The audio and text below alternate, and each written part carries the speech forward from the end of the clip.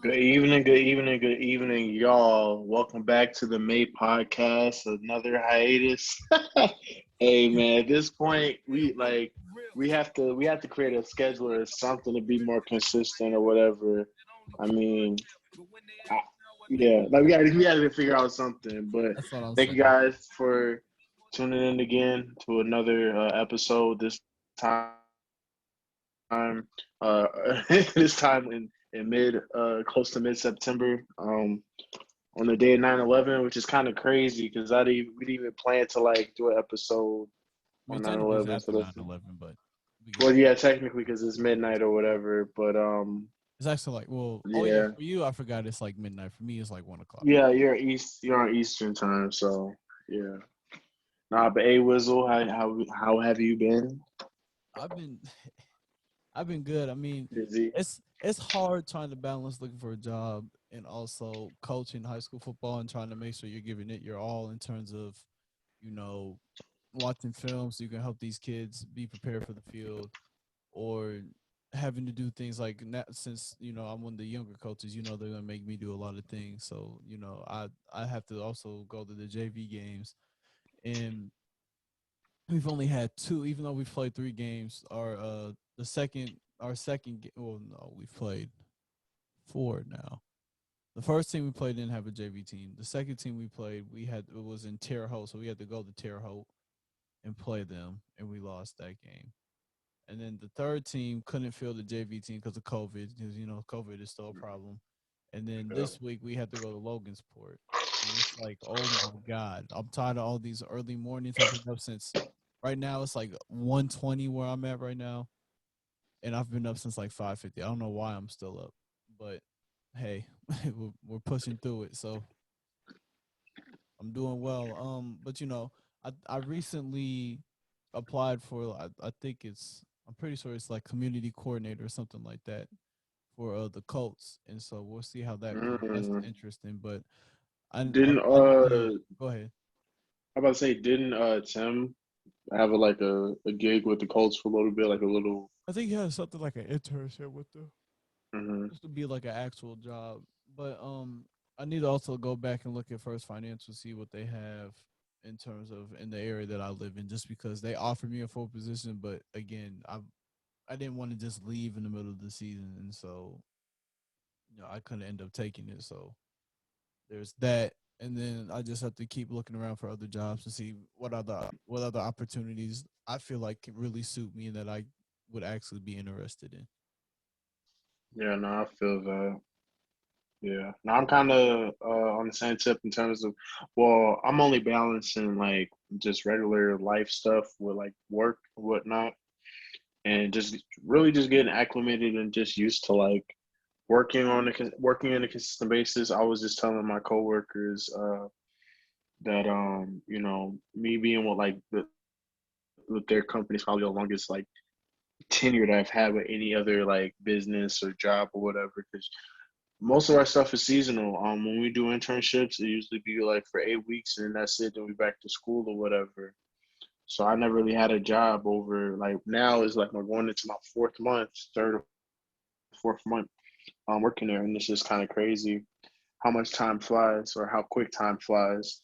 And yeah, yeah. They're just trying to stay in the gym. I got a whole new gym membership now. Like I go to like a Anytime Fitness or whatever, just so I get opportunity to lift at any time. It's 24/7 with a bunch of other amenities that is kind of dope too. Just trying to regulate my weight and stuff like that. And and picking up hobbies. I bought Madden, so like I played Leon Madden almost every day, and I bought a headset. So Hey, so you can I talk. did. I'm Yeah. about to say I did buy a headset, but I don't really say much. I leave the trash talking to him, I wasn't even really. talking about trash talking. I was just talking about just But it's still getting somebody to interactive, you talk. know what I'm Yeah. saying? So yeah.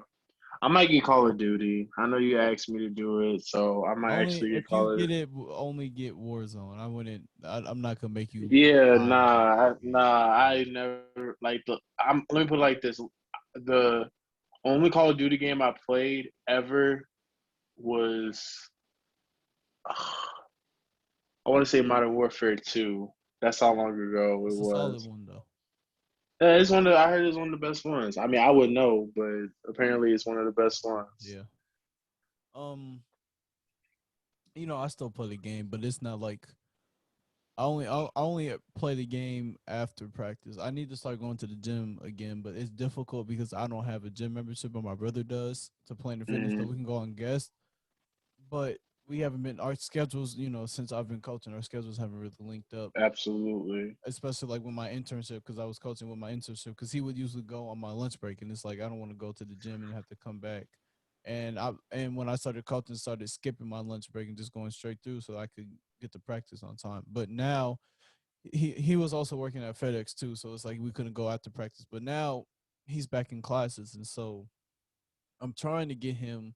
I'm trying to start Monday where me and him both go at like 10:30 because I feel like that's a perfect time. We're both up. I don't feel there's that many people at the gym at 10:30, but he started classes again, so it's like even if he doesn't have classes, he still has work to do, and he likes to do work in the mornings, and he's typically still doing work at that time. So just trying to figure out how I can get to the gym has been hard. But my weight, in terms of my weight, I've been so I think the last time we recorded, I was around like 192. I'm about 186. I stay in between like 185, 186. I haven't really been working out like that. I think it's really just I've been eating a lot better to the point where it's like now I don't necessarily have to work out, and I've been able to maintain a decent weight. Now I still would like to try to get back to my 175 that I was at with track, but like right now I'm not there's not really any complaints with me being 185 just because one, I haven't really been working out, and I've still just do my diet and changing how I eat and just not eating as many snacks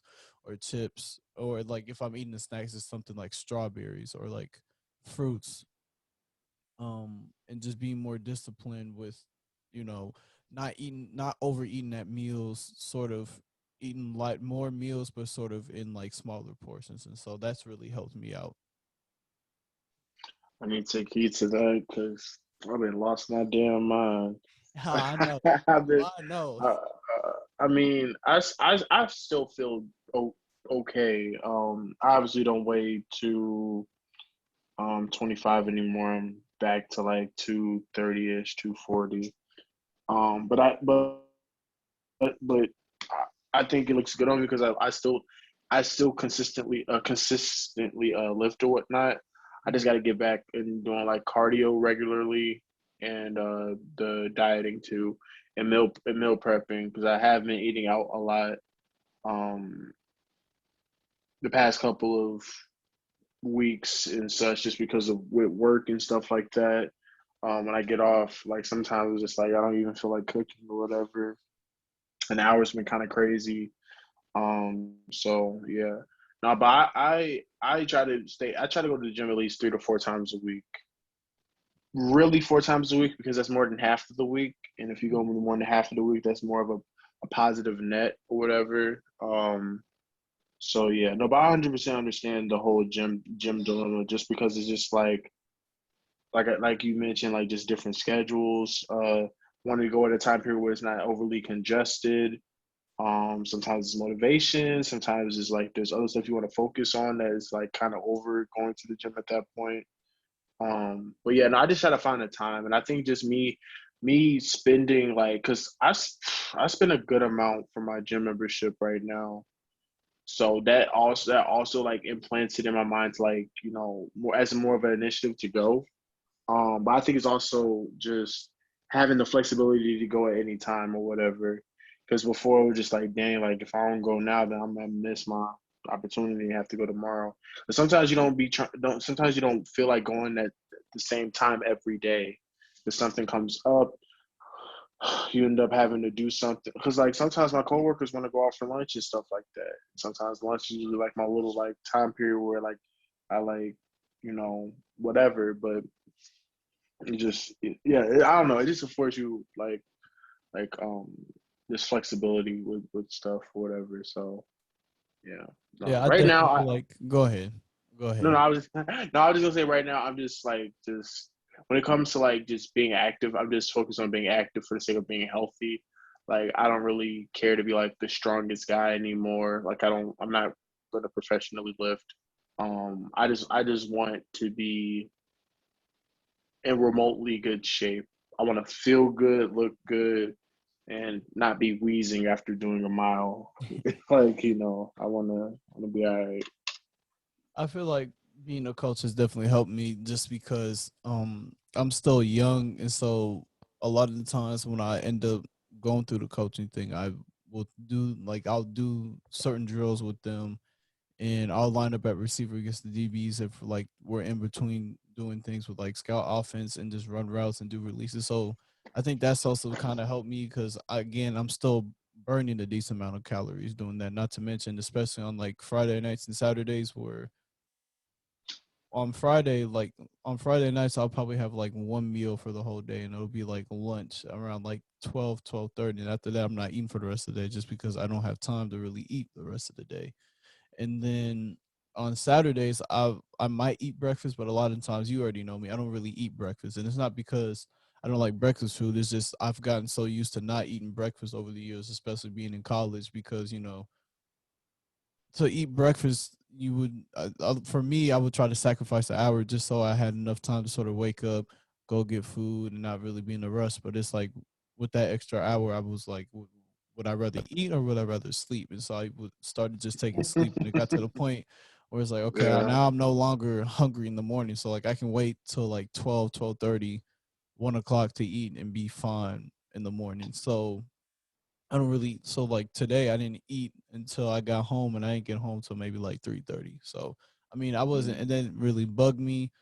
I was fine, but it's just stuff like that. And then also, with COVID, like during the games, like during practices, I don't really drink water, but I'm okay with that because practices aren't nearly as long as like a game. And so since with COVID, everybody has to have their own bottle now, and so everybody has to drink from their own bottle. So like for us coaches, we always have to remind ourselves, we have to bring something for ourselves because if we're not like if we don't bring something for ourselves, we damn near don't really have water. And so like sometimes those that can be a little brutal, but overall, I've enjoyed it so far. Homecoming was Friday. We lost to Logansport. It was at the end of the day, it just comes down to the small things because Logansport is a team that they're like a wing T team. So you know what those teams oh do. yeah, Like yeah. it's A lot of misdirection. A lot of a lot of misdirection. misdirection, a lot of running the ball. But like Ooh, again, when it comes to people who you're still trying to teach high schoolers football, and so I remember at halftime, two of my players they're like, "Bro, it's really confusing doing all this stuff in the backfield." I'm like, "It's only confusing because you don't know where to look." Really, and this is true for like any team that like any running play really, if you look at the guards, but especially with them, but in general, if you look at the guards will always take you to where the run play is because the guards are usually the ones who pull, or they're the ones that really set the tempo for running play. So we were talking about how if you look at a guard and he's sort of just if he stands straight up in a pass set, then it's a pass. If he fires out, it's a run. If he fires straight out, then it's probably something like a dive or something inside. But they also had a lot of pulling guards where they would pull one or even both guards. And so it's like if you see right. a guard or both guards pulling, then you know that you have to flow over to the top and go to where they're pulling at because that's where the play is going.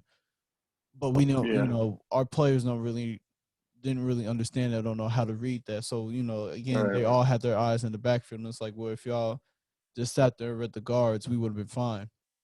The Mm, first half was terrible for us. It was like 20-6 at halftime.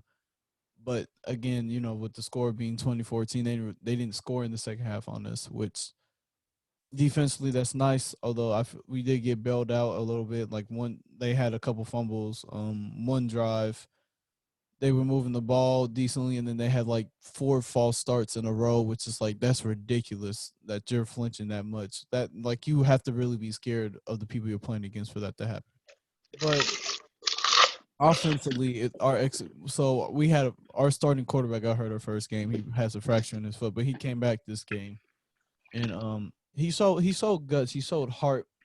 He scored our only touchdown in the first half, and we were able to drive the ball down the field, get to the 1 yard line, and we're a heavy read option RPO type team, and so Obviously, with his foot, the read option is kind yeah, of he like can't really run. He compromised. can't really Yeah. run with this. So but It was at the goal line. He's like 6'6", so he's a big dude, and he's got a fucking cannon as an arm. But he decided to pull it, linebacker right there in front of him in the hole, stopping between him and the goal line. He ran him over. I think he put dude out the game. Like he ran him over.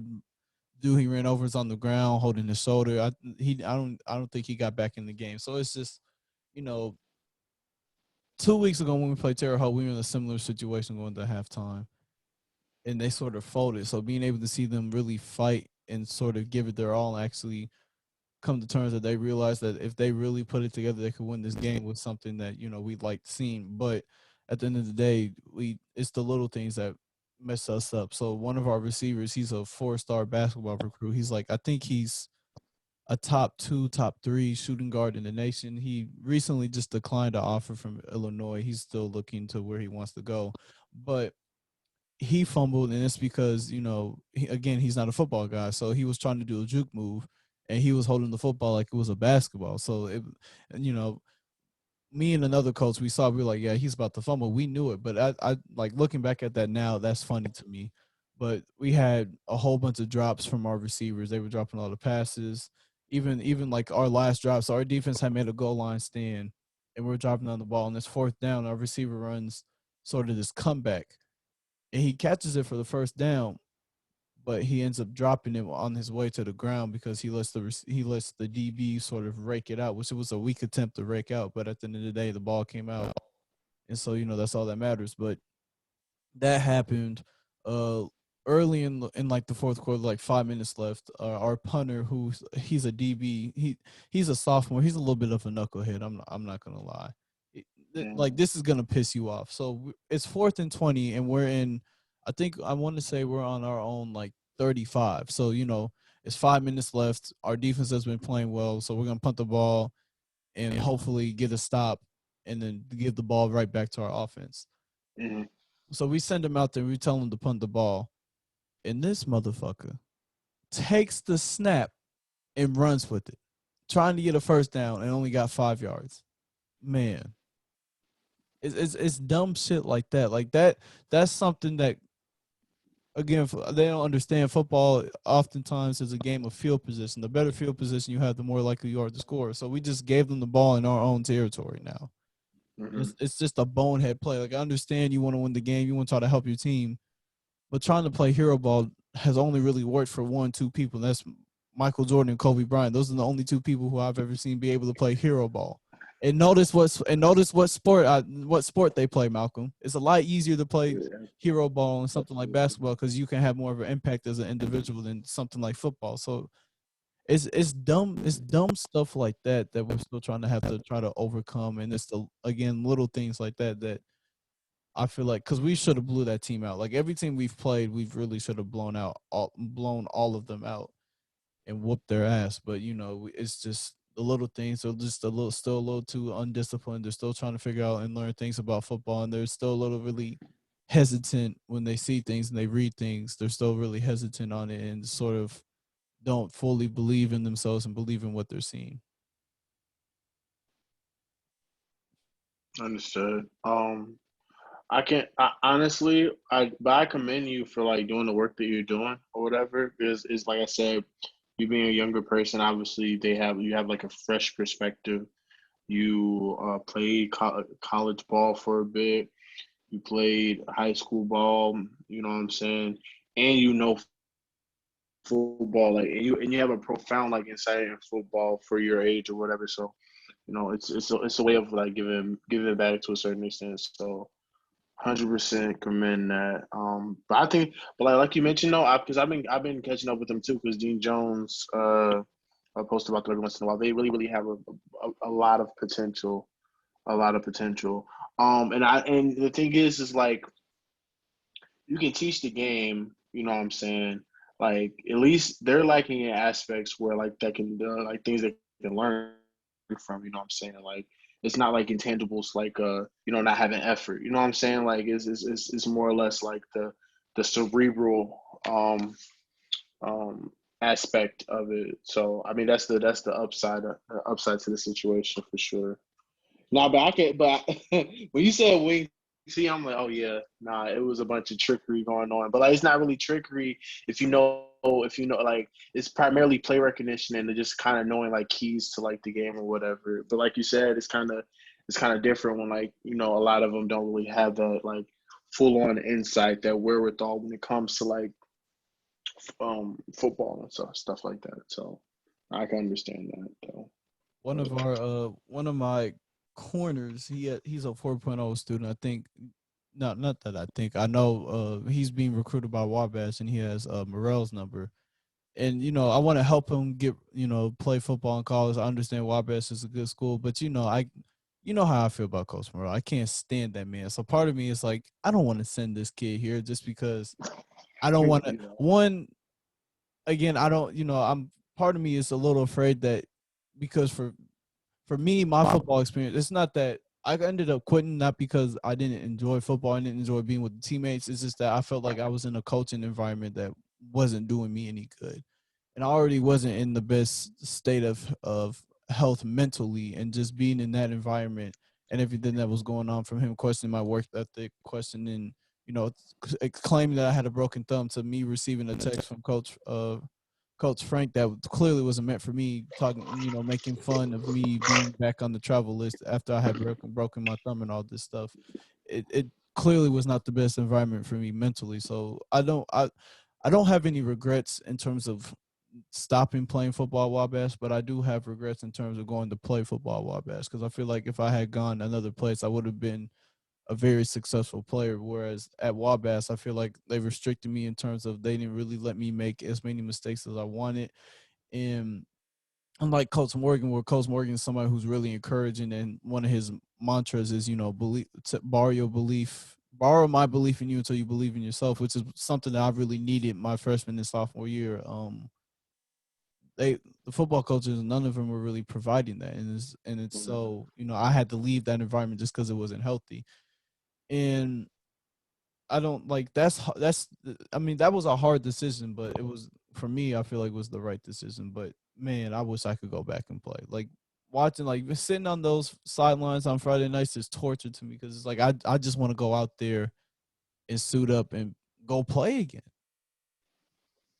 yeah, no, for sure. I mean, I get those moments every once in a while, but I don't know. I mean, I get it every day. yeah, Man, no, I think what keeps me like sane and intact is just knowing that like when I did play, I had like the most fun I could have playing. You know what I'm saying? Like I've done so many things. All the moments and stuff that I've had, all the bonds I created and stuff like that. And you know, football is not a football is a temporary sport. Shit, it practically ends lives. It has ended people's lives to a certain extent. So, I'm just blessed that I was able to play, long enough at the collegiate level without any like major injuries and such. But speaking of football, since you're on the topic of football, um, the football season just started this past Thursday. We had the season opener with the Buccaneers and the Cowboys. I actually helped Leon with his fantasy. I told him to go ahead and start Dak Prescott, and he most definitely. I told telling you, because he wasn't I'm going. telling He you, wasn't going. I'm about to say he wasn't going to start him. He was going to start. I think he was going to start Hurts instead of Dak, because he just felt like he didn't know how Dak was going to perform off of like injury stuff like that. And I was telling him like, when it comes to season openers, like for some reason when it comes to season openers, the offense be playing loose. Like I don't know what it is. It usually be like the defenses that like be having a hard time in season openers and stuff like that. And I was just telling him that like when it comes to season openers and stuff, like it usually be like an offensive like explosion or whatever. Like I look back to when it was the Pack. I remember one of the season openers was the Packers versus the Saints, and those were like the back-to-back defending champions. It was the Packers in 2011 and the Saints in 2010, and they had a shootout. And then I remember when it was the Broncos versus the Ravens, and then like Peyton Manning threw for like 6 or 7 touchdowns. So I thought of that, and I was just like, yeah, no, like this is going to be like a offensive oriented game, which it was. It wasn't like they didn't score as much as I thought they would, but they still scored a decent amount. But how did you feel about the game though? So to talk about Dak for a second, I feel like if you were paying attention to him last year, now I understand coming off an injury, you don't know how he's going to play, but but if you saw what he was doing last year, you'll understand that he was leading the league, and I think yards and maybe even completion percentage. Like he was Yeah. having to throw that ball a whole bunch just because their run game has really diminished. And I don't know what's happened to Zeke, but he's sort of just become like a non-factor in that offense now. Um, ever since everybody's always like, don't pay running backs, or a lot of players when they get paid they don't play well. But that's kind of true with Zeke. I don't think that's completely true, and that's always fair. But it seems like in Zeke's case so It's far, it's been true. I it's mean, a I little half and half because like the play calling is more oriented towards towards Dak because passing. he just got paid. Yeah.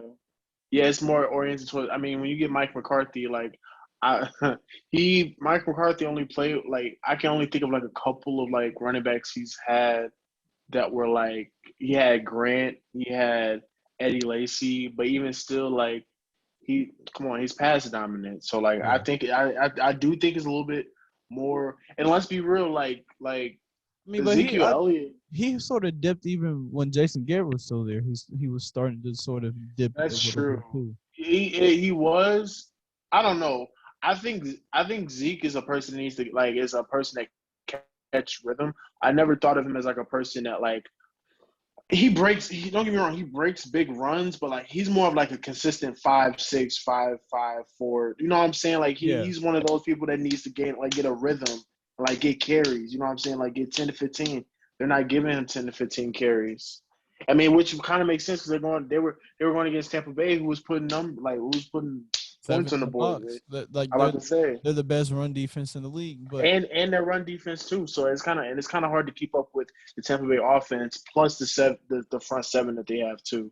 So the writing was on the wall. You kind of knew that like it was going to be a pass heavy, and then like you kind of already knew that like the Cowboys receiving core is actually slightly I wouldn't say underrated, but they most definitely have a little bit of star power at the receiving core, and I feel like they kind of showed that like they can kind of win those like one battles with against like other corners and stuff like that. So you kind of knew that like it was going to be a aerial attack for sure. I think what makes it like week one offenses is being able to go off on defenses is the lack of film. Like as an Yeah. offense, Yep. film is still important on both sides, but as an offense, film is not nearly as important as it is for defense. It's because when you watch film as a defense, that's when you really get to learn their tendencies. You get to learn what they like to call in second and longs, third and shorts, second and shorts, and all that stuff. So if you're going now, I understand. Again, coaches always have their playbooks, but they also always add new plays and certain nuances and certain little things to plays that week one you're not Personnel, going. Yeah, everything. exactly. Week one you're not going to see, and so a lot of the times you're going to be exposed to that for the first time, and so now you have to sort of just go out on a whim and play. And in the NFL, when everybody is playing for the most part at an elite level, the quarterbacks are as accurate as they are. It's sort of hard to really make those adjustments on the fly like that. So Yeah, nah, it's most definitely is. I like it's so it's such a cheat code. It's like it's so much you can do on offense to like disorient pretty much the defense or whatever. So many things that you can do or whatever. I always said that like offense don't necessarily have to have star players. They just need if they have inspired play calling, they could be a dangerous like offense or whatever. So, the but Bears when overall, they went to the Super Bowl, I think that's a good example yeah, because they didn't really uh, have any elite talent. They just had decent game calling, and they had an elite defense.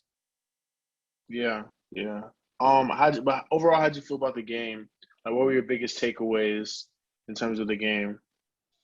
That they gave Tom Brady too much time on the clock for one. Two, at this rate, it looks like Tom Brady could damn near play till he's 50 because he's still really accurate with the ball. His decision making will always be on point, even though again with He Bruce do Arians, force a couple every once in a I while. mean that the thing That's is you every have to quarterback though. I was about to say one that's every quarterback, but two you have to also understand who he's playing for, and that's Bruce Arians. And Bruce Arians' whole mantra is no risk it, no biscuit. So Bruce Arians is going to push the ball downfield no matter what. Whereas like in New England, Tom wasn't necessarily really pushing the ball down the field. He was more so, if a 5-yard route's Lateral open, attack. I'm gonna take it. Which that's what's really made him great is his discipline. But he's definitely been throwing the ball a lot more downfield than he was in his last couple of years in New England. I think that one comes down to the fact that he has receivers that can really win one-on-one matchups. Whereas, especially in his last year in New England, he didn't really have any receivers that could win one-on-one matchups. But he doesn't. It amazes me that Tom Brady still looks like he's like 32 right now, and he's what 43, 44. Like at this rate, I feel like he could play till he's like 50, and I wouldn't be shocked. Like the day Tom Brady announces he retires, I think that'll be a shocking day. You know, the other takeaway I have is that the Cowboys are a very dangerous team, at least still offensively. They've always been a dangerous team if you were paying attention last year offensively, but I think it's two things. One, their run game, their run defense is decent. Dak is, I think Dak a lot. There needs to be a lot more respect on Dak's name. I think he's starting to make that leap into becoming an elite quarterback with how he's been playing and his decision making, where he's and how accurate he's been with the ball. So I think the Cowboys offensively are a very dangerous team, and that at the end of the day, their weakness is still their secondary, and that they don't really have they have a good number one corner, but their number two corner they're still sort of trying to find who that is, and so teams are going to really pick on Jordan. Is Jordan Lewis the number two corner? No, he might be the number one because Jordan Lewis Yeah. is pretty good, but no matter. They need to find another number two corner because if not, it's going to be the same type of situation that it is in Green Bay, where Green Bay has Jair Alexander, he's going to lock down whoever he's guarding, but then you have Kevin King, who is sort of like a free guy. Oh, we can take free yards from Kevin King because he's not that good. But Right. those are sort of my takeaways from the game. Again, the Bucks are the Bucks. I feel like they have the best team in the league roster wise and just talent. And when they decide to really put it all together, it's really hard to beat them. Tom Brady looks like he just won't ever stop playing football ever, and that the Cowboys, there needs to be a lot more respect on the Cowboys name, and that they're probably going to be a very dangerous team this year. Yeah. No. Yeah. So I kind of I can echo some of the same sentiments you did in terms of takeaways. Um, no pun intended. The Buccaneers lost the turnover battle and still ended up winning. Like it's kind of odd. Like Tom Brady threw He two threw two, but picks. one of They them were like, I'm not yeah, gonna get yeah, mad yeah, at yeah. one of them because it was a hail He, mary. So. actually, both of them, because one Leonard Fournette didn't catch the ball. He like did this and then it flew up and it was a pick. But yeah, they lost the turnover battle and still ended up like winning. So I don't like. I think that speaks to how like dangerous of a team they are. Another takeaway I got is I think Antonio Brown is back. Not to say that he ever left or whatever. He just was in like Forgot about him. weird situations. But this man had like over. I remember he had like I want to say He at one had point he had like over 100 yards off of Yeah, I like think he four or had five yeah. receptions. I think he had like four catches for like 113 yards and a touchdown. That And I want to that's say something he I had forgot yeah to talk about. yeah. If I may and Do your thing. interject Do your real thing. Do quick. your thing. Yeah, I think people forgot about Antonio Brown. Like I still think Antonio Brown's as good as he was in his prime years with Pittsburgh. I think his production is really about to be crazy because I know Tom Brady really likes him as a receiver, and now he's sort of on the team where he's considered like the third option, the third best receiver. Which I think again, Antonio Brown I the don't best think he is receiver. no more. I think he just solidified. He He's might the best. be. I already thought when he went there, he was already the best receiver on that team. But like now, like he's not going to really face double teams because you can't really double team him because you don't want to double team Mike Evans or Chris Godwin. So now, like he's going to be able to run free, and I think people are going to see how good Antonio Brown really is again. But go ahead, Malcolm. I'm sorry. Yeah, no, it's gonna be interesting how they make that work because it's like Godwin is a deep threat. Evans is like pretty much your red zone threat, and then AB can do anything really, like when a receiver. So that's just like, oh my god, that's a matchup problem. It's so stressful, so stressful, and it's crazy because all three of them have different styles. Like Mike Evans has, pretty solid route running, but primarily he's more of like the contested catch person or whatever. Like I said, Godwin's like the speedster, and then AB is like the possession. Like he's like the possession catcher. He can catch out of breaks. He can break off of on a slant, break a big one. He can do sluggo routes. He can do screens. He can do a bunch of different stuff. And I don't know, it's just a matchup problem. But AB is most definitely one of the takeaways I had. Obviously, the Tampa Bay defense in terms of like their front seven is good. But however, I you spoke about the Cowboys secondary. I wanted to speak about the Buccaneers secondary too, because they just got an injury of one of their corners or whatever. Um, and they were already short when it came to like the members in the secondary, so it'll be interesting how that plays out going into the season and whatnot. But I wouldn't be surprised if the Buccaneers go through a couple of shootouts throughout the season. Not to say because like the defense won't hold up, but like even though their defense is good, you got to understand that like when your offense is scoring at a high volume, it's very hard for like the defense to like pitch like shutouts or like keep teams from scoring like under 20 points because the other offense is getting more opportunities to score. So and then like defense, people talk about the fatigue of a defense when their offense isn't getting production, but I don't think they think about the fatigue of a defense when their offense scores so fast or like scores so much to where they have to always go back in. You know what I'm saying? And like it's not a situation where like it was the Patriots and like their time of possession was crazy. Like it's the thing of like they can score in a matter of like a few plays. Like yeah, I don't know, but I am interested to see, how the Tampa Bay offense is gonna, pretty much function throughout the season and how that's gonna affect the defense to a certain extent. Because I do think there's a fatigue in like your offense scoring hella. Like, trust me, I know. So yeah. All right, I'm gonna ask this question. I guess we can move on to another topic. So again, season officially start. Well, it started Thursday, but the rest of the games are happening Sunday and Monday. Um, who are the three Mm. players that you're looking forward to seeing most, like this season? What they do this season? Um, that's a good question. Well, I want to see. That's a really good question. Three players. I want to see how.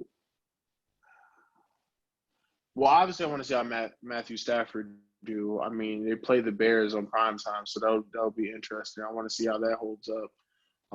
So that's gonna be an interesting game. I'm interested in seeing what he do. Not excited, but just interested. If I have to name a person, um, I would say I'm also interested to see what Tua does with the Miami Dolphins, just because it's like the Miami Dolphins. I think people forget they were 10-6 and they barely missed the playoffs last year. And I think people are,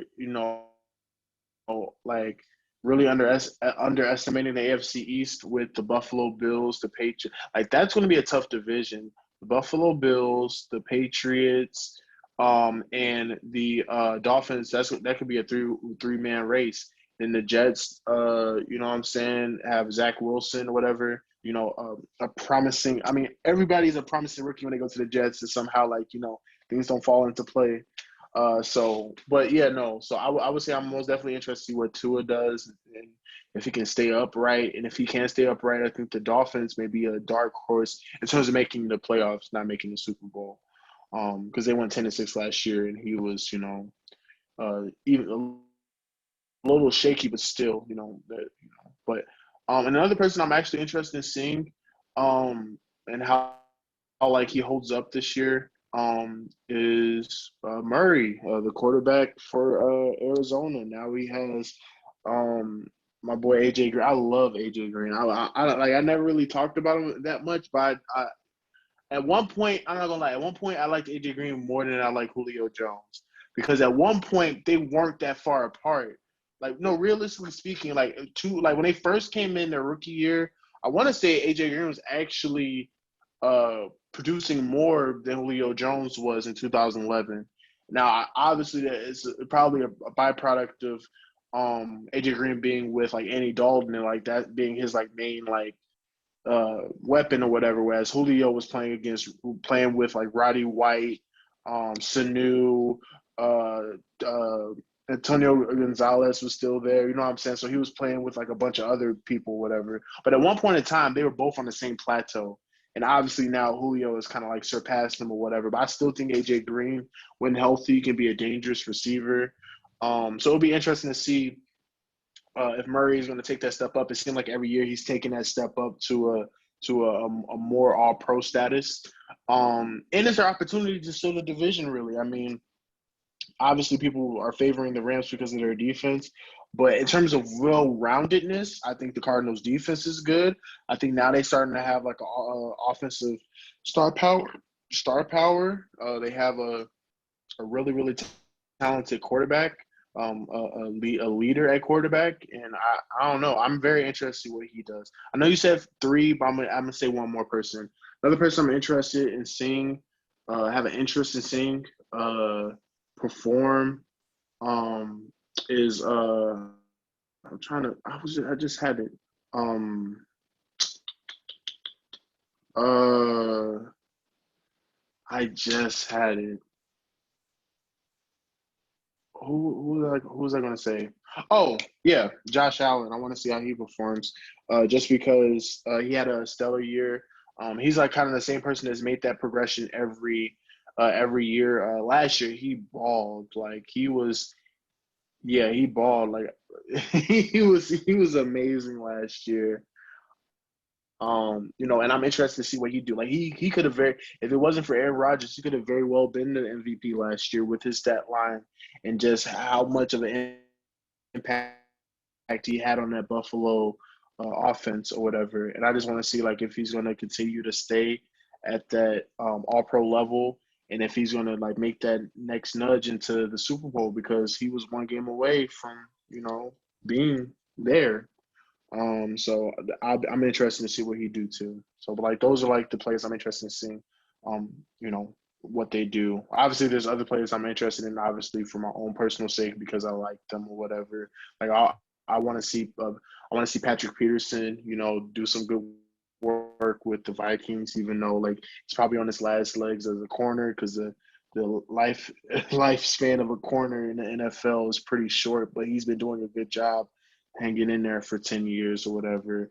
And obviously, I want Khalil Mack to do good just because it's the Bears, and plus I don't want him to leave us. So. The Bears.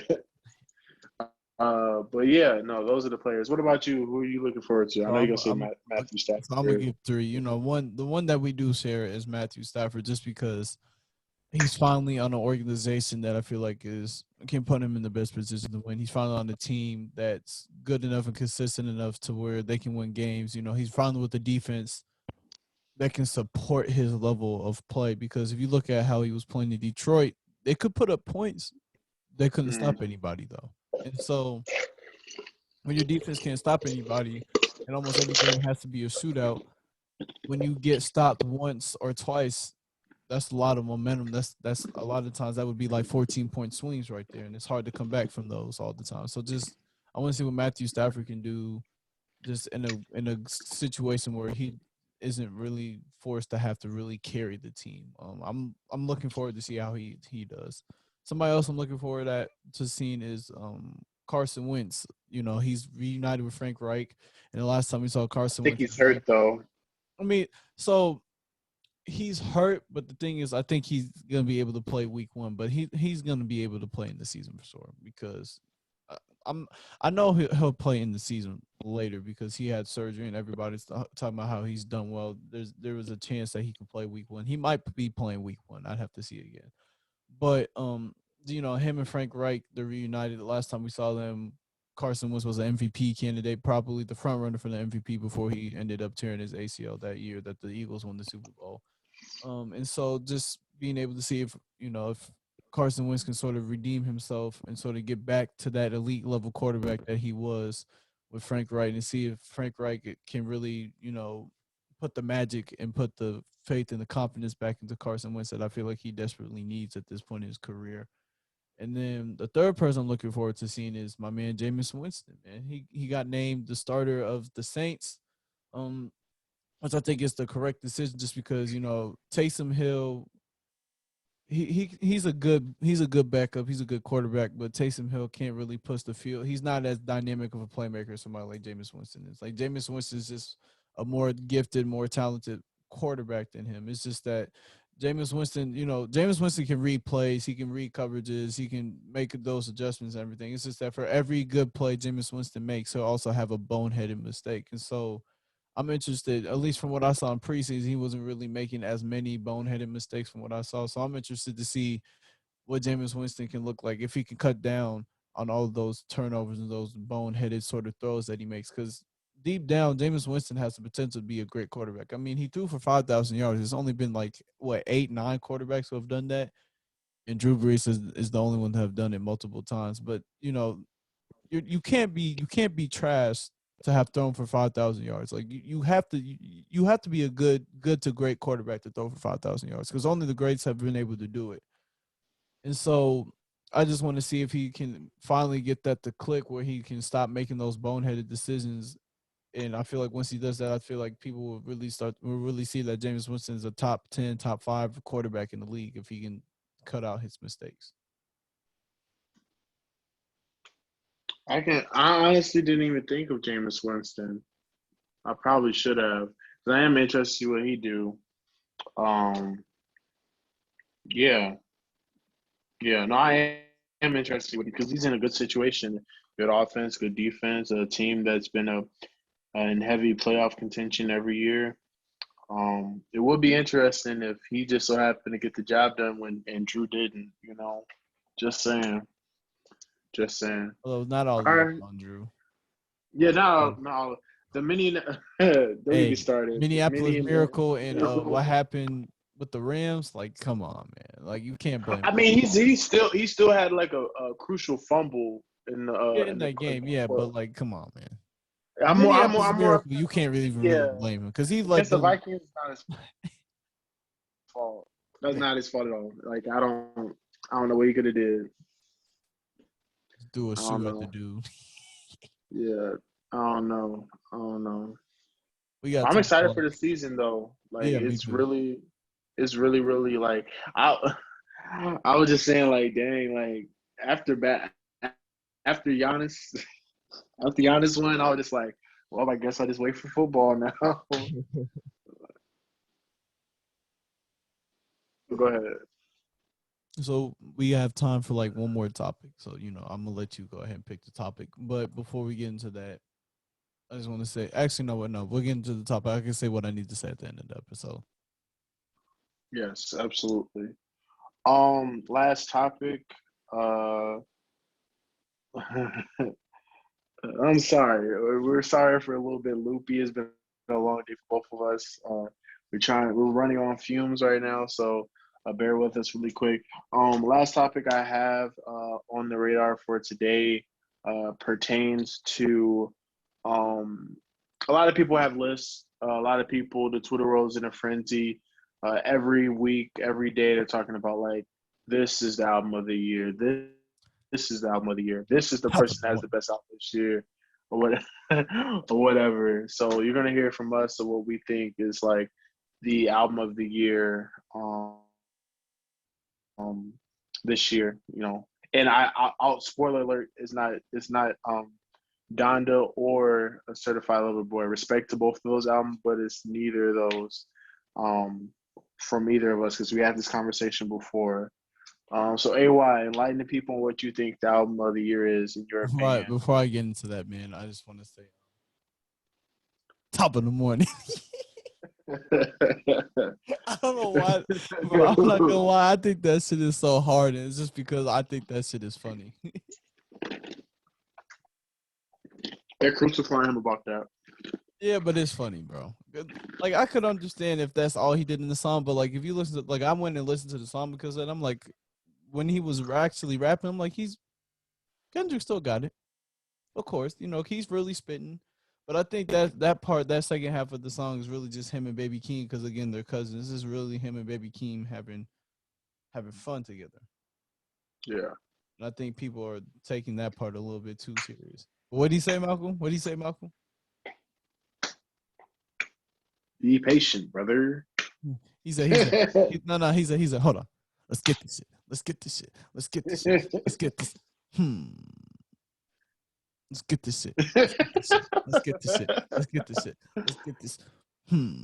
Top of the morning. Top of the morning. Hey, that shit is, bro. I'm telling you, that shit hard. But do you want to give like our top, what we feel like is our top 3, top 2 for Yeah, rap album of sure. the year? Yeah, sure. Yeah, sure. We can do I'd have to go through and listen to a little bit more music to give that. No, I already have my 3, three. but I already have my I know three. for 2 definitely. For me, the top 2 I feel like are "Call Me If You Get Lost" from Tyler the Creator, and then it's "King's Disease 2" by Nas. I feel like those are the 2, in my opinion, the 2 front runners. Side note, he he didn't even want to listen to the Nas album until I told him to. That's He because was I told him Lauryn Hill was on the album. Then I sent him a song.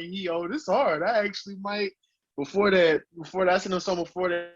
I'm not gonna lie to you. I'm probably not as like I'm probably not gonna even send him the Lauryn Hill track. All right, like, I'm gonna listen to it. But he most definitely wasn't trying to listen to that album. That's because I'm not gonna lie, I was still listening to "Call Me If You Get Lost." I think I listened to that album for like 2-3 months straight after it came out because I was just enjoying it. Like I enjoyed that album so much. So obviously for me, it would go to "Call Me If You Get Lost." That's my favorite. That's what I feel like is album of the year. Everybody like Leo and Zay have been on my head just because of what I've been saying about Drake and how like I came out and said it. I said that I don't think Drake's released like a quality project. Now he's released quality songs, good songs. I'm not saying he hasn't released quality songs, but I'm saying in terms of like overall projects as he's released, I said that I don't think he's, which you've heard me say before, I don't think he's released a quality project since If You're Reading This Is Too Late, which I feel like it's a fair statement. It's not like something that's too far out there because I just don't views, me and Zay were talking about views. He was talking about it, but it's like for there are some decent songs, some sleepers on there, but for every one of those, there's a forgettable song or a skip. Like he brought up Nine, and I'm like, Nine's not really that great of a song. It's cool. Like still here as a high school, I used to love that song, but going back and listening to that, I'm like, I could do without it. One Dance is cool. Redemption is, I love Redemption and Fire and Desire and Western Road Flows. I feel like those are probably the best 3 songs on the album. Um, but again, Views is sort of forgettable. More Life is really more for playlists. I really only listen to like 3 songs from More Life. The rest of the songs you can I have those. still, unpopular opinion, I still like More Life more than Views. That's no disrespect to Views, but like I know it's a playlist and all, but some of that More Life stuff just It's definitely like better than Views. Free Smoke, Passion Fruit, Can't Have Everything, Portland, Gloucester, 4422. Do not disturb. Yeah, nah. I'm sorry. That playlist And was then way, Scorpion. way Scorpion better. is cool. Like the rap portion of Scorpion, I think The first half, definitely first. the first So bit, Nonstop, even though I know you don't really like Nonstop, Nonstop is a cool song. I it like. grew on me.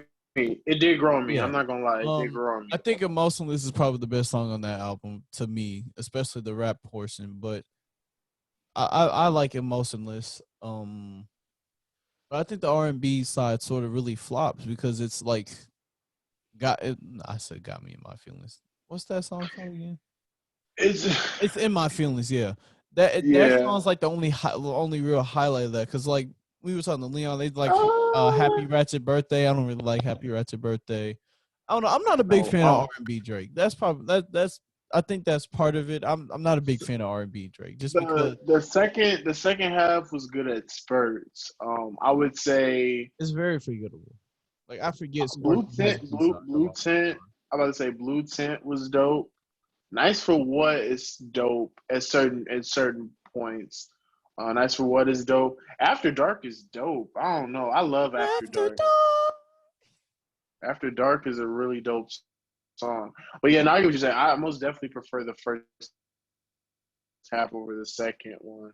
But while we turn this into a Drake episode, we're supposed to be No, talking no, about no, what we no. think We'll is get there, the but just whatchamacallit. to just to turn it into what I was about Certified Lover Boy. I feel like it's better than Scorpion, but again, it's a lot of. I think people always overhype Drake, especially at the beginning of the release. I think people just because of how much music, especially early on in his career, that Drake made that people take to the heart, people call iconic. They let Drake sort of slide and get away with like putting little to no effort into songs, like "Way Too Sexy," for example. Like that verse, you can't tell me he put any effort into that verse. He didn't. Or like "Nice for What," I like that song, but he wrote that song over a 2K game. Like you can't tell me he was trying if you're writing a song while playing 2K. Like I don't want to hear that shit. I ain't gonna lie. I Um, mean, there's a lot of song like. Let me put it. I'm put it to you like this: Fake Love, Find Your I was about to Love, say it's a and lot of and hold on, songs. hold on. We're going home. Are all hits, but he probably only He didn't said put any like, effort into it. hold on. We're going home" is a magnificent song, but he Barely put doesn't any have effort a into it. verse. He says the same lines That's what I'm every saying. time. Like So I same think thing people with just yeah. let him slide just based off of like I think people like the vibe that Way Too Sexy gives off because it's that confident vibe, but it's like, what is he? Tell me what you like about the song, and it's never the Drake verse, and it's like they never really. They just say, bro.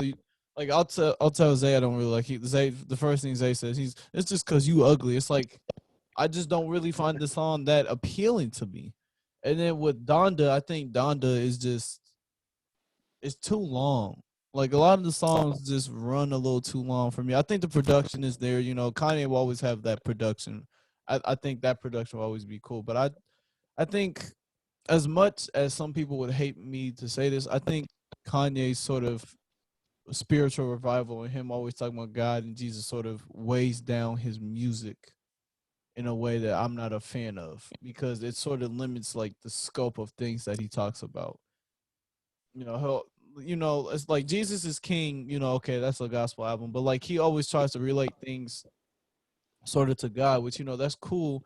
But I feel like he could talk about his journey to this point more. Like Yeah. he hasn't really ever touched on his journey to this point. He sort of just made this switch all of a sudden. And now he's this dude who's all behind backing God and trying not to sin, trying not to even cuss on his albums or anything like that.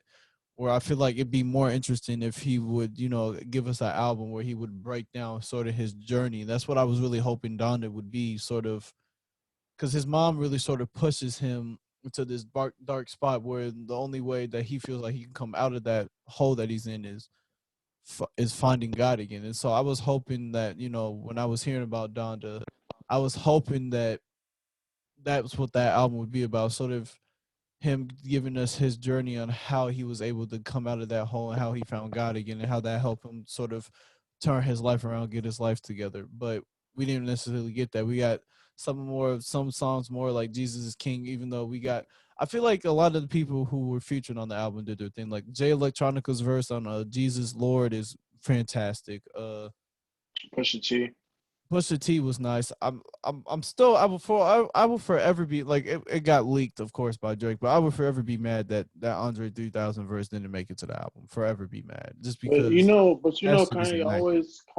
Kanye always doing stuff like that. Like Yeah, on 30 hours, he had Andre just 30 hours. But that's it. like that's it.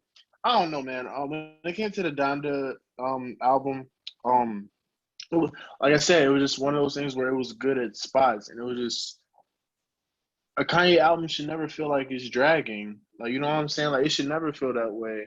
And it felt that, it was gonna feel that way because it was the length of like a movie, like a full fledged movie. It was I don't a have a problem with listening to albums like that, but they have to be I feel like the first half of the There has album to be a is change. I'm super about to say there has to be like engaging. a change of place, or like it has to be like split, or like some type of difference in like theme or something like that. Whereas like it's one project, but it's like maybe split. You know what I'm saying? Like Yeah, yeah, it's yeah. kind of like it's kind of like when Chris Brown did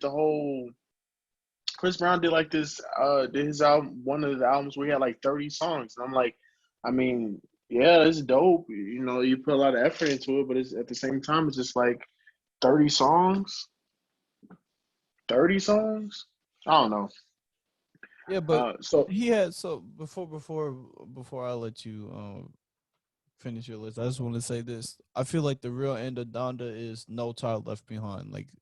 mhm. Like the last four songs on there, like the Jesus Lord Part 2, Junior Part 2, okay part, like I feel like he should have just left those off and just cut those off completely. And I feel like again, I mean that would have trimmed some time off of the album. It still would have been pretty long, but like after No Child Left Behind, I went like I was listening to the last four songs. I'm like, what's the point of this? Like, it's no point. I thought it was No no. Child Left Behind is like the perfect outro. It's the perfect ending. I don't know, but that's what playlists are for. But then But yeah, you again, mean my bad. I'll say this one thing that I'll let you go. But then again, he did talk about how they released the album without his permission. So I still feel like he might have not been 100% done with Donda just yet. But very well could be true. I don't know. From like when it came to my three, that I consider album of the year, I really thought about. I try to encompass like a bunch of different stuff, right? Impact, right? Replay value, right? Quality, obviously. Um, and really just like looking back at like the time period of when something came out, and like how like how heavy in my rotation it was in, and also just what it did for that particular moment. Like I think about heavily is obviously Cole's album, whatever. I wouldn't put that at my number one though. I put it at three just because I feel like it was. I wouldn't say we was at a drought, but like in terms of like mainstream like albums, like I feel like that was like a mainstream album that was like, okay, we're here, like we're here. You know what I'm saying? Like it was in May, like it was like that's still within like the first, like before the summer actually hit or whatever. Like that was like a bomb that we needed going into the summer or whatever. I just feel like his album was just like reinvigorated like the hip hop like game to a certain extent or whatever. So I would say he that would be in my top three. Um, I think Isaiah Rashad's album is most definitely in my top three just because it's the epitome of balance. Like everybody knows like I love artists that are like very lyrical and all that type of stuff. I'm one that prioritizes lyrics and stuff like that. But at the same time, like if you're balanced and you can make party anthem stuff, conscious stuff, thought provoking stuff, while all of it can sound dope. Like I feel like I'm here for it. You know what I'm saying? Like it's not the matter of you making like songs that are not always thought provoking. This what can you do to make it interesting? And I feel like Isaiah Rashad is the epitome of just making like something interesting out of anything. You know what I'm saying? So the House is Burning is the name of the album, and I think like that's easily one of the best albums of the year. Me and Mike could talk about that album at least once a week just because of how good it is. Um, yeah, so his album is fantastic, and it's a toss up between Tyler the Creator's album and Nas's album in terms of. Oh, I also want to give credit to G Herbo too because I do like 25. I thought 25 is an underrated project. I know Leon and Zay really love the collab joint with Lil Baby and Lil Durk or whatever. But for me, I don't know. Like I thought that project was cool, but like I was just I listened to Jerbo's project a lot more. Maybe it's because like the singles we heard before the album like really like played a role in like sparking my interest when he released the album or whatever. But I don't know. Like I feel like Herb does a really good job in like infusing like street talk with like a little bit of introspection with a little bit of drill, but also a little bit of like a different trap element or whatever. Like he's actually more versatile than I think we give him credit for or whatever. And he's also like expanded as an artist. Like at one point I used to think of him as just like a regular rugged street rapper, and now I can see him in like a different light. Like you can tell that he's kind of like perfected, not necessarily perfected, but he's adding more to his arsenal and trying to perfect his craft as a rapper or whatever. He's most definitely matured as a rapper or whatever. Like he's a lot more lyrical now than he was before. I know people are going to look at me crazy, but like, he's more lyrical now. Maybe then you had a connection because he was a little bit more like rugged and straight to the point, and that's what people preferred. But like you can tell, like now he's polished. Like he can really really rap at a high level. And for the people who haven't seen, he did a freestyle over Cole's 95 South joint, and that was fire. That was incredible. But my three, honestly, is the Cole joint, um, Isaiah Rashad's album, The House is Burning, and it's a toss up between King's Disease 2 and Call Me If You Get Lost. And Call Me If You Get Lost, the thing about Call Me If You Get Lost, I think that's easily could be the album of the year. The only thing is that I don't listen to it as much as you do, or I don't listen to it as much as I would like, because it's an album I want to play from start to finish. Like I don't want like, and that's the thing. Like sometimes like certain albums or whatever, you can hop in and just listen to it or whatever, and then that's it or whatever. You can pop in certain songs.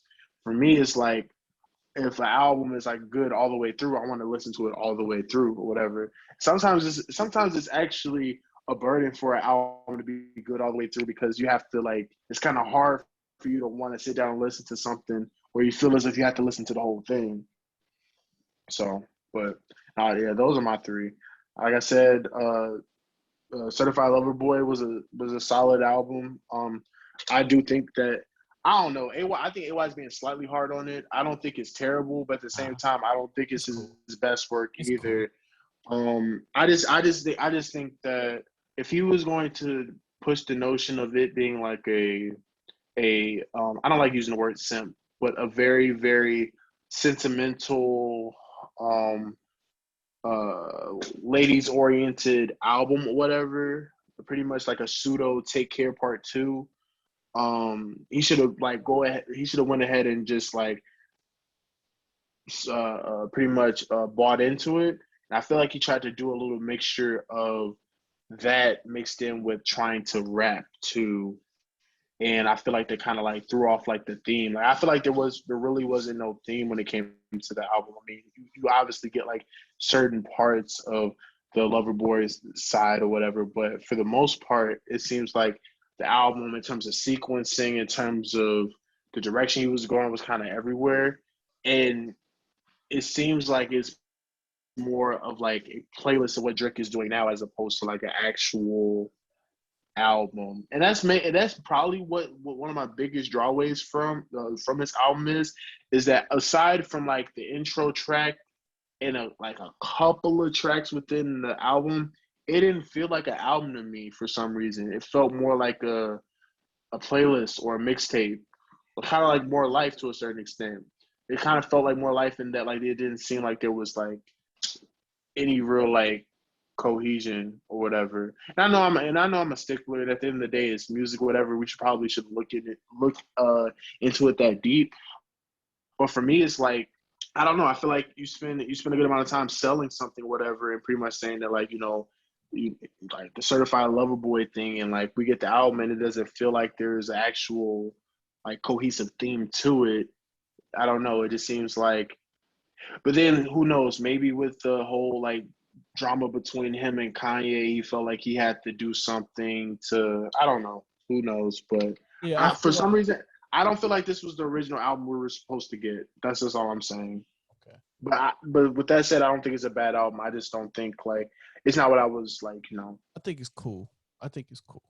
Um, if I had to rank it out of 10, I'd probably give it like a 4 or 5, which for me is cool. Um, the problem, I don't have a problem with people liking it. I have a problem with people overhyping it because one, like we waited 9 months for this. well, I was a little disappointed, but like Champagne Palm Trees pops off. I hate that we're making this a little bit of a Drake episode, but I'll just say this last thing. And he talks about how like we're gonna get a new side of Drake, and then throughout the album, like this is just the same Drake that I've known my whole life, where he only talks about really the same 3 4 things. Talks about, he'll be a little bit introspective, talk about his past having to deal with his dad. He'll talk about how he feels like he's alone in the rap industry, he has no friends in the rap industry, which I'm tired of hearing about that because there's no way in hell, especially with this how long this feature list is. I understand you can feel a certain way. He may actually feel like that, but feelings can lie to you, man. And I feel like, I don't care how he feels. His feelings are lying to him. Like, there's no way you have all these features and you don't have any friends in the industry. Like, it's just no fucking way to me. Um, and then we got, his little simp mode, his certified lover boy, which I feel like he didn't really execute that theme.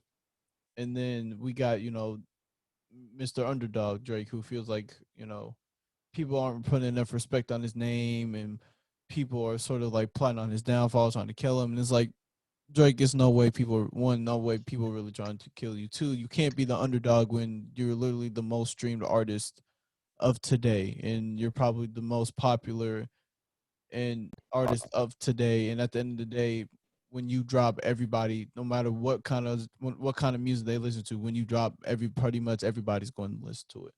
But before we go into the closing, I just want to say, when I, the description for certified lover boy is a combination of toxic masculinity and acceptance of truth, which is inevitably heartbreaking. And I don't necessarily hear that throughout the album. That's not a It's constant, crazy. It's not a crazy that he constant put. theme to me, I'm about to say it's crazy he put toxic masculinity because that's definitely in way his too like. sexy right there. That's what way too sexy is. It's some toxic masculinity, which is why he put Future in there, Mr. Toxic himself, and that's At why I least feel he. like that I'm song. about to say at least he acknowledges like yeah, I don't know. I mean, what can we like? Honestly, at this point, like, I can't be mad there's because nothing. we have to. This is sort of what I've come to expect from Drake, because he does like this is literally Certified Lover Boy is just sort of like an average Drake album to me now, where it's like this is what I expect to get from him, because this is pretty much what we get from him from now, what we've been getting from him for like 4 5 6, I maybe not mean, years, but like his in last spurt. his last like 4 projects have sort of all sort of been around on this level about, rapping again about the same 4 things and sort of feel like. It's crazy. It's crazy because I thought the demo tape that he released last year was actually pretty dope, honestly. Not to say this, I didn't think this project was dope, but like I thought like the demo tape, like even though it was obvious like snippets of like what he's working on and stuff like that, I thought it was pretty dope. I thought that was the direction he was headed towards, like but who knows? I think it's one of those things where like now he's just trying to solidify his. Well, I don't know why he's trying to solidify his. Pretty solidified already. I think he just like focused on just continuing to make hits, continuing to Trying to stack the money up, man. yeah. So I Respect. don't know. So and honestly, I think the whole allure of fans kind of like really really amping up his music comes from the fact of like him. One thing he can do is make hits, obviously. So I think it's just the batting average of like how many times he makes like a smash hit kind of adds to that allure of like, oh my God, Drake. It's you know what I'm saying? Like, and it's also like, and like you mentioned, like I feel like it's one of those things where like Drake is like uh, um Drake has certain moments where like, certain stuff just is like so fitting for the moment. And with time progresses, it doesn't age the same. You know what I'm saying? So people could very well say a few months later that actually this album is kind of underwhelming or whatnot. And I wouldn't be surprised or whatever. Because I remember everybody kind of did the same thing with with Scorpion. I feel like a lot of people thought that like Scorpion. At first, a lot of people were on the train saying Scorpion was amazing and great, stuff like that. And now it's just kind of like, not to say it's not great or whatever, but I don't think it. I don't think people still have that same praise for it, obviously. So, but I don't know. But one point that Micah brought up was that like we kind of have to like we kind of have to like stop having expectations of what an artist should do, especially when like they're at the age of a Drake or they're at the age of a Cole. Like they're like 30 plus years old, whereas like hip hop is a young man's game.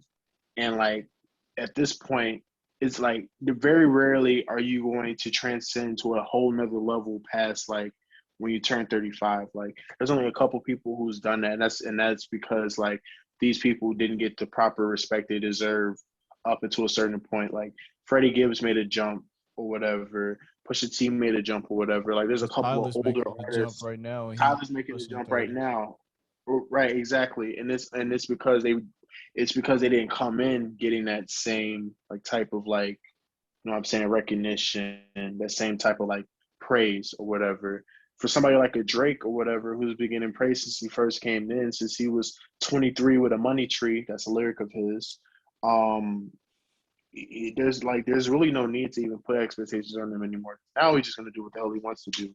That's kind of the same thing with Kanye. Once Kanye did graduation, it was pretty much like he's gonna do what the hell he wants to do. Some good, some bad. You know what I'm saying? So I mean, I don't know. I feel like at this point we should just expect Drake to have moments where he's gonna rap his ass off, have moments where he's gonna appeal to other demographics, then have moments where he's gonna do the R&B thing, and that's him now. Like we Yeah, can't we definitely, like definitely. he's never been like like solely a R&B or solely hip hop artist, and we kind of knew that. But like I think what hurts is that like we were expecting. I mean, the closest thing we got to a full rapping Drake was "If Readiness Is Too Late." That was the closest thing we got to it, and I think that in hindsight, I think that we didn't appreciate that enough. Not we as like me and you, I but I'm know what saying you're as a saying. collective. Yeah, I'm saying as a collective, we didn't appreciate that enough because if you think about it, even though it was a mixtape, out of all the projects, I feel like "If Readiness Is Too Late," okay. honestly, at that time period, did not get enough recognition as That's anything fair. else he's ever released, That's his and best. that's probably why he's never done a full on rap album ever again. Because when he even though it was a mixtape or whatever, he was just doing it to get out the deal or whatever, and people were calling it throwaways and stuff like that. Regardless of that, he released that project, and he most definitely did not get the same recognition he got for Views, the same recognition he got for Nothing Was the Same, the same recognition he got for Take Care. I know it's a mixtape and all, but I think once he realized that, like, oh, like I did what people wanted me to do. I rapped my ass off, and nobody like I ain't getting no radio play, and nobody's like talking about my stuff like that. I have to mess around. I have to mess around and do a collab tape with Future to get no. You know what I'm saying? Like I think that pretty much like put a nail in the coffin of him pretty much being like a full on just rapper or whatever. If I This is may not say this, profitable. so we can close this out, and then we can finally close the episode. My problem isn't that Drake has all these different styles. My problem is that I feel like for every time Drake will rap his ass off and really try this song, it's two to three more instances of him sort of just being asleep at the wheel and not really trying and sort of just doing enough to where he knows he can get by with it. And I think as somebody who really like respects the craft of hip hop and rapping and just is somebody who always wants to try to do everything they can and give their all, especially when they have something that they're passionate about. I feel like it's sort of just a tad bit disrespectful to just, go out and just kind of do things on a whim. And I think that's my biggest problem with Drake. It's not that he can't do it, is that I feel like he chooses not to because he understands it's easier for him to just bullshit his way through a song and have it be a hit, and people aren't really gonna pay attention to him like that just because people don't think of him as that rapper type. But you know, time to close out the episode, man. This episode's gonna be like a hour 20 22. Yeah, yeah.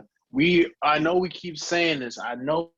We're going to find a way to be more consistent. With AY being a coach, with me working a full time job, sometimes things come up, and sometimes we have to like, you know, freestyle ways of which we can like record and stuff together. We're still gonna have our themed. Obviously, this is more of like a pretty much like a catching up thing or whatever. But we're obviously still gonna have our themed episodes pertaining to certain topics, pertaining to certain contemporary issues and stuff like that. We're still gonna do classic reviews on particular projects, and so on and so forth or whatever. And we're still gonna like do what we just did now, just have like a regular conversation about current events and the stuff that we're doing and stuff like that. And we're going to be more and more consistent as time progresses. Be be patient or whatever. We're still figuring it out or whatever. Just continue to listen. I really really appreciate the people that listen consistently. You know how hard it is for people to listen to people sometimes ramble for over an hour or so. So we really really appreciate it. And yeah, yeah, we're gonna, like I said, we're gonna try to be more consistent. We're gonna try to put out more content, and we're gonna try to, pretty much make our platform a little bit more presentable. AY is working on getting the podcast stuff onto like other streaming services and stuff like that. I'm particularly working on like getting more materials to where on my end, whatever, my audio is a little bit better, more background stuff, and doing stuff to just kind of enhance the experience for you guys. But thank you guys for listening. AY. Yeah, so just try to give y'all a sense of direction. Me and Malcolm have been trying. We've been doing research on like episode for Palestine and what's been going on there, but I feel like we can combine that into what's also happened in Cuba, and then also tie it into with Afghanistan. Just sort of have that sort of episode sort of be combined into one. I think that'll be the next episode of the podcast. So I'll have to send them some things that we can, really do some research over so that we're equipped enough to have a decent conversation and then answer questions that people may have. But like you said, we appreciate everybody who's always listened to us, always willing to give us a chance to sort of just hear us out, let us ramble, let us talk, let us vent. I know I speak for both of us when I say we really enjoy doing this. And again, we're gonna be more consistent. It's just real life has sort of been kicking both of our asses lately in terms of just time that we've been allowed to have. But we appreciate y'all always being able to being willing to listen to us. We appreciate those who are understanding of what we're going through, and we'll see y'all later. Peace out. Have a great day, great night whenever you listen to this, until we see each other again.